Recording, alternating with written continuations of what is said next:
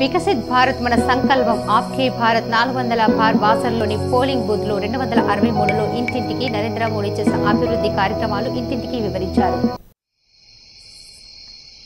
Delhi liquor scam లో arrest అయిన MLC కవితను సిబిఐ అధికారులు కోర్టులో హాజరుపరచగా కోర్టు ఈ నెల 23 వరకు జ్యుడిషియల్ కస్టడీ విధించింది.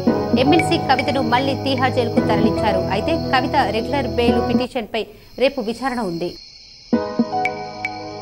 3 రోజుల కస్టడీలో విచారణకు బీఆర్ఎస్ ఎమ్మెల్సీ కవిత సహకరించలేదని సిబిఐ రిమాండ్ రిపోర్టులో పేర్కొంది. శరత్ చంద్ర నుంచి తీసుకున్న నగదుపై ప్రశ్నించామని, పొంతనలేని జవాబులు చెప్పారని తెలిపింది. దర్యాప్తును సాక్షులను ప్రభావితం చేయగల వ్యక్తి కవిత అని ఆరోపించింది. ఆమె బయట ఉంటే సాక్షులకు ప్రభావితం చేసే అవకాశం ఉందని జ్యుడిషియల్ కస్టడీ కోరినట్లు తెలిపింది. ఆర్మూర్ పట్టణంలోని శ్రీ నవనాథ్ సిద్ధులగుట్టపై ఈ నెల 17న శ్రీ సీతారాముల కళ్యాణ మహోత్సవం ఘనంగా జరగనుందని ఆలయ అర్చకులు కుమార్ శర్మ తెలిపారు. భక్తులకు అన్నదాన కార్యక్రమం ఉదయం 9 గంటల నుంచి ప్రారంభమవుతుందని నవనాథ్ సిద్ధేశ్వర స్వామి వారి దేవాలయ ఉత్సవ కమిటీ సభ్యులు తెలిపారు. లిక్కర్ స్కామ్ కేసులో ఎమ్మెల్సీ కవిత అరెస్ట్ అయిన నేటికి నెల రోజులైంది. మార్చి 15న హైదరాబాద్ లోని ఆమె నివాసంలో ఈడీ అధికారులు కవితను అదుపులోకి తీసుకున్నారు.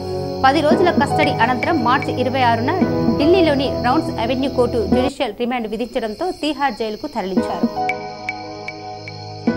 నర్సింగ్పల్లిలో ఇందూర్ తిరుమల ఆలయాన్ని rural MLA Bhupath Reddy, MP అభ్యర్థి జీవన్ రెడ్డి దర్శించుకున్నారు.